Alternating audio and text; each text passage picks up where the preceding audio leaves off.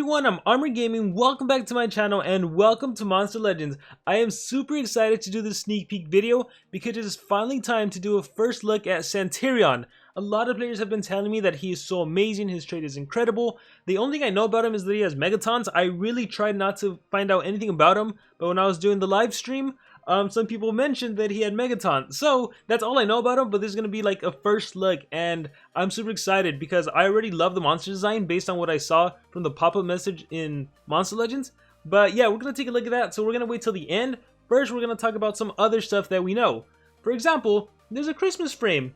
Get in the holiday spirit, customize your avatar with this Xmas frame. You can claim it here for free. That's nice. I hope we get to keep it forever, or I wonder if it's only gonna last towards the duration of Christmas. If you guys know me, if you've seen me on Discord, I have a tendency to keep, essentially I keep my profile pic completely out of season. Like, I kept my Christmas profile pic up until like maybe 2 months ago, and then I changed it to like a Thanksgiving one or whatever. Like right now I have a Thanksgiving one. It is funny, I don't know why I do this. Actually right now I have it Halloween name, Armor Boo, and then probably once Christmas is over I'll change it into a Christmas profile pic and Christmas name. I don't know, it's just something weird with me. Anyhow, yeah, we're getting a cool frame, Eeltron's mask chest. So there's a limited time special offer for you, and like honestly this is gonna cost like 800 gems. I imagine most players aren't gonna be spending 800 gems for the chance to get Eeltron's mask, so you can kind of forget that. There's going to be a Sun Cookie and a Krampus progressive, 2 challenges, 2 days. First is Sun Cookie, and to be honest both of these monsters aren't really that good. I mean honestly, if you're a newer player you probably do want to pick up Krampus, fast dark monster with AoE freeze, so he will be good. Sun Cookie, not good at all. Krampus, I misspoke when I said he's not good. He used to be like the meta dark monster, but in the current meta, he just doesn't stack up. But again, if you're a newer player, you definitely want to pick him up if you can, if he doesn't cost too much. Plus, they're useful so you can complete the chapters in the limited edition Xmas book. Rossioko challenge. It's finally here. You'll be able to obtain and rank him up. She's a light monster with a supporter debuff and torture, so I imagine similar to Wormlad. If you want to prepare for her, you want to have some gems, okay? Have some gems ready. I would say like 300 gems saved is a good amount so that you can definitely get her if you want to rank her up. You're going to need some more gems. She disarms enemies, making them weak to various elements in one move or removing their positive status effects. She has an evolving trait. At rank 0, she's a piercer. At rank 1, she gains anticipation. At rank 3, she becomes immune to control. Now here's the thing about her. Her trait is definitely phenomenal. Skills wise though, I don't know how I feel because she's not like a Hornet that has anticipation and then has a lot of support skills, right? She has a lot of skills that make the enemy weak to this, make the enemy weak to that. She does have some torture, however they're 50% chance to deny, so unless she has true vision, you might be missing them a lot of the time, especially when every single monster nowadays has like a 35% chance to not get hit with negative effects. So I'm still a little iffy on how I feel about the monster. I forgot where the skill set 3 is. Here, let me scroll up and see if I can find it real quick. So what does she have? Yeah, so deals low light damage. So like these are nice, but again 50% chance. And then the weaknesses, I don't think they're that great. Like yeah, she has pierce and she could always land it. Let's see what else. Because even if you land the sunburn and the curse, it's cool that you pierce through the shields and everything, but then the shields, like they're still gonna absorb the damage from the DLTs if they land. What else does she have? Light damage removes positive effects. Like this one's actually the really good one. You failed. That's phenomenal. So with her pierce, definitely awesome.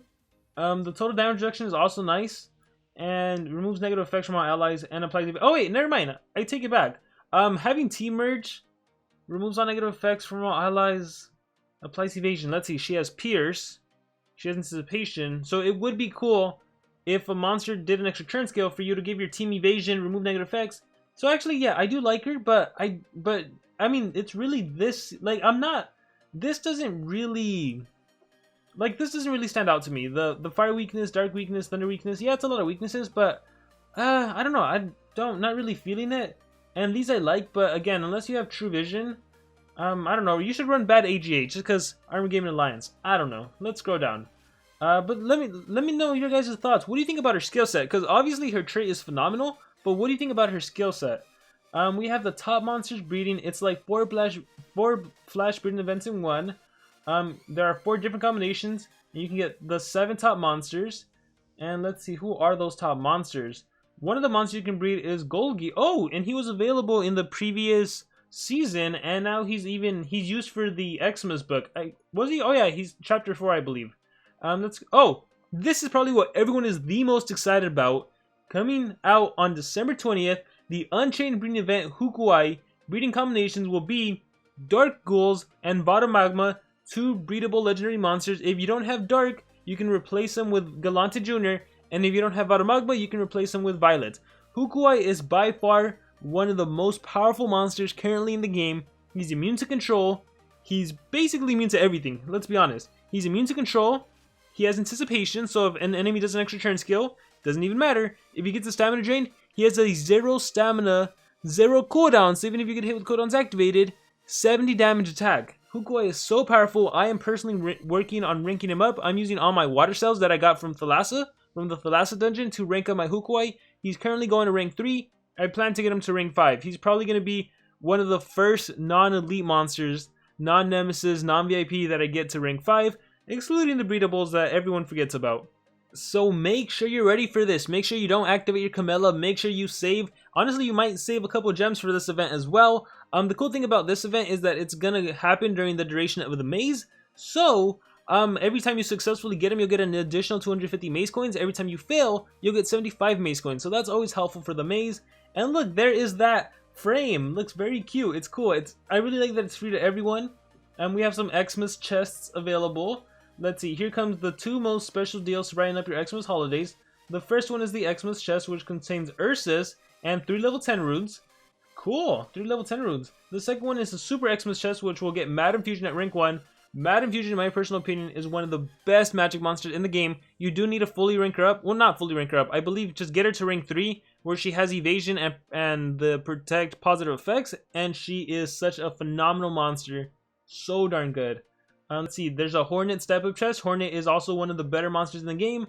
However, I do believe that he's better in the higher leagues, not so much in the lower leagues. The Sun Cookie Progressive, the Gloomy Doom Limited Path.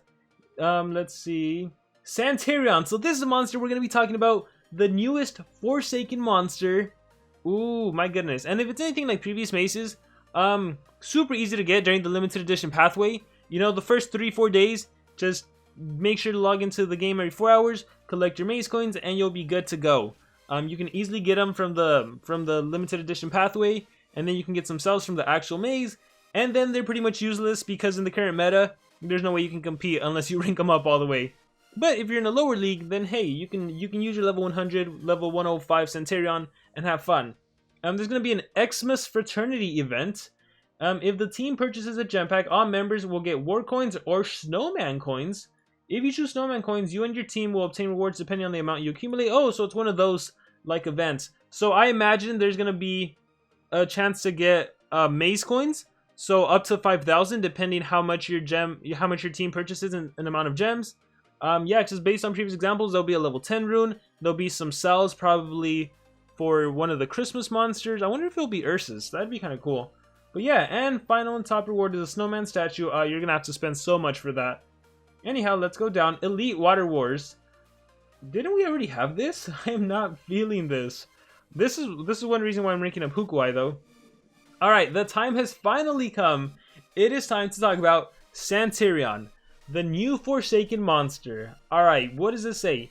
If kit state is good, deliver gift, deals low physical damage, else deliver coal, deals moderate metal damage. Oh, it's a skill that can deal either physical or moderate damage, I guess. Removes positive effects from one enemy, applies a random negative effect to one enemy, applies random torture. Well, that's pretty nice. Cool. Deals moderate metal damage to all enemies, applies nanovirus to all enemies. Okay, AoE nanovirus. Deals heavy special damage, applies a random negative status effect, removes all negative effects from itself, gives 1 extra turn. Always love skills like this. Toy Boltzmann Machine. Jingle Bell Curves, heals one ally by 75%. This is giving me Tankarion vibes. It applies a random negative status effects to all enemies. That is so good. It's a heal skill that also just have a random negative effect whole enemy team. Wow. And I always say this. We recently had a monster release that can do negative healing. What was the monster? Goodness, what was the monster? Oh, that's right, Yedra. I couldn't remember because I couldn't breed any monster to get the key for the survival dungeon. Yedra has negate healing, not negate healing, negative healing, so instead of healing you actually take damage. So again, with more monsters having heal skills and relics and everything, I feel like the Yedra mechanic of negative healing, like Alcis's pet, like Dr. Mary Halson, I think that'll be more significant moving forward. But let's see what else. Pathfinding to a chimney. Deals heavy metal damage to an enemy, applies daze and nanovirus. Okay. Deals heavy metal damage. To me it looks like an attacker right now with all that heavy damage.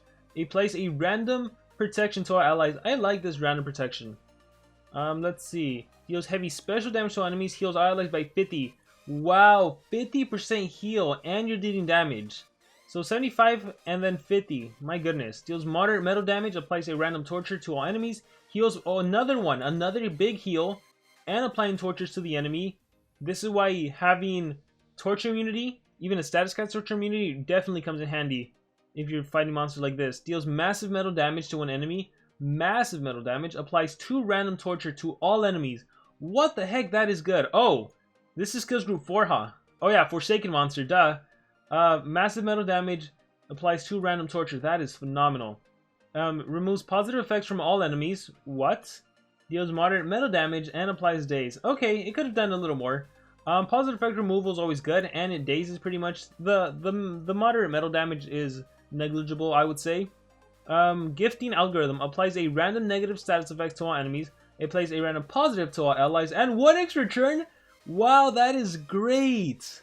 That is a phenomenal skill. Take a random negative effect. Allies take a random positive effect. Dodge area, protect positive effect, trade protection. Just have something positive, and let me do an extra turn to do something else. Dang, that's good. Behavior Christmas tree removes all negative effects from all allies. Applies life and stamina regen to all allies. Oh, that's cool. I mean, that's cool, but I don't know. I feel like, I don't know. I was a little let down by the rank 4 skill. Removes negative effects is always nice, and life and stamina regen is definitely always nice. But like I said, like the negative healing, I feel like it's gonna start. I feel like we're gonna start seeing more monsters with negative healing. So looking forward to that.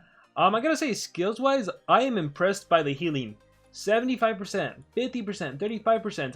I am also impressed with all the torture and negative effects he applies. I also like, because this is like Santa, there's so much like negative gift giving, right? Like, here, take this negative effect. Here, allies have a positive effect.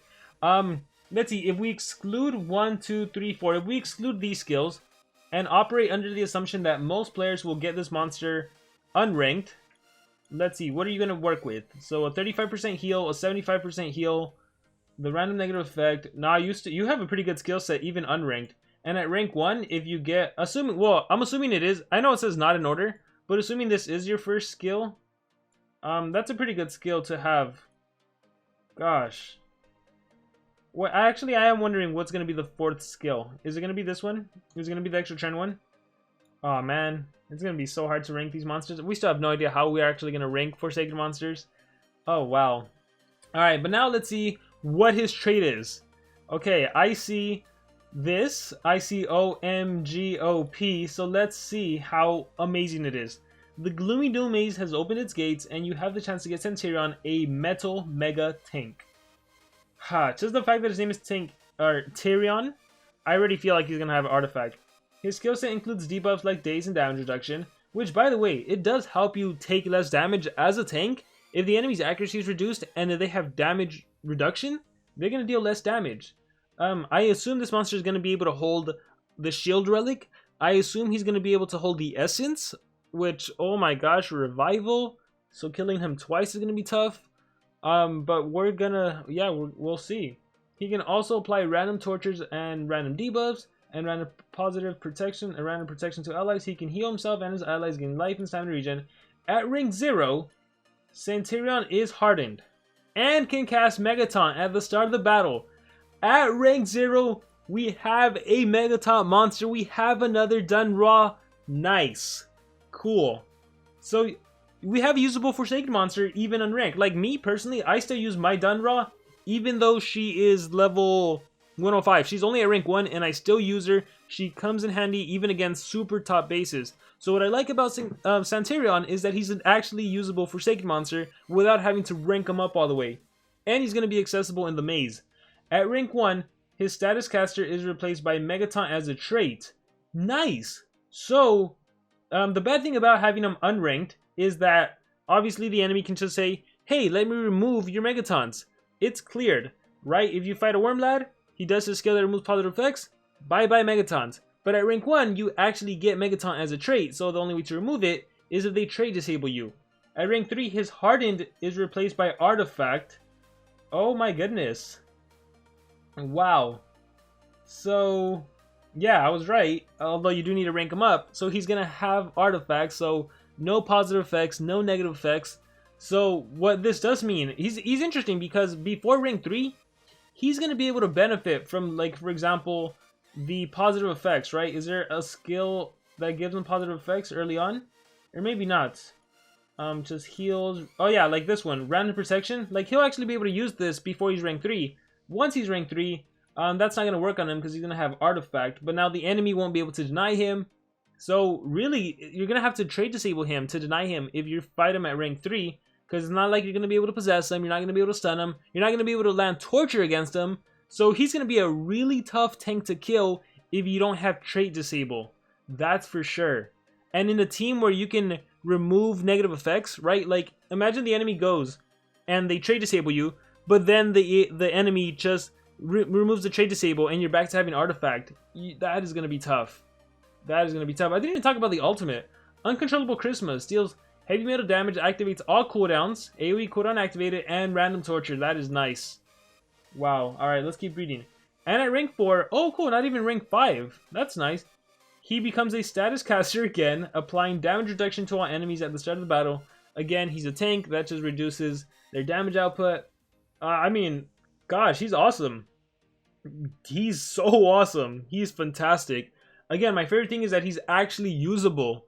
Like, most players will be able to get him unranked. Most players will be able to get him at rank 1. And yes, at rank 3, you fully utilize him with the Artifact. I think you can do without the damage reduction, right? You don't need him at rank 4. It really depends what his rank 4 skill set is. If it's the extra turn skill, that would be really nice to have. Because then you'd have an Artifact monster that can remove negative effects from the enemy. And give him... you'd have an Artifact monster that can remove negative effects from your team. So even in the scenario where your team gets denied, you're not getting denied. So you can remove their denial, you can remove their torture, give them life and stamina regen. That is awesome. So... this monster is going to be best when he has gifting algorithm and when he's at least rank 3. I'm hoping that is the rank 3 skill set, but oh my goodness, he is fantastic. And you gotta love Santerion and Thundir. That is beautiful. Oh my goodness, I am so looking forward to this monster. Everyone's right. Like, it's a great way to end 2019, isn't it? So with that being said, that is going to be it for this sneak peek video. Thank you all very much for watching. Let me know your thoughts in the comments below. What do you think about Santerion? What do you think about Thundir? Who are you more excited about? Let me know in the comments below. Thank you very much, and I will see you all next time.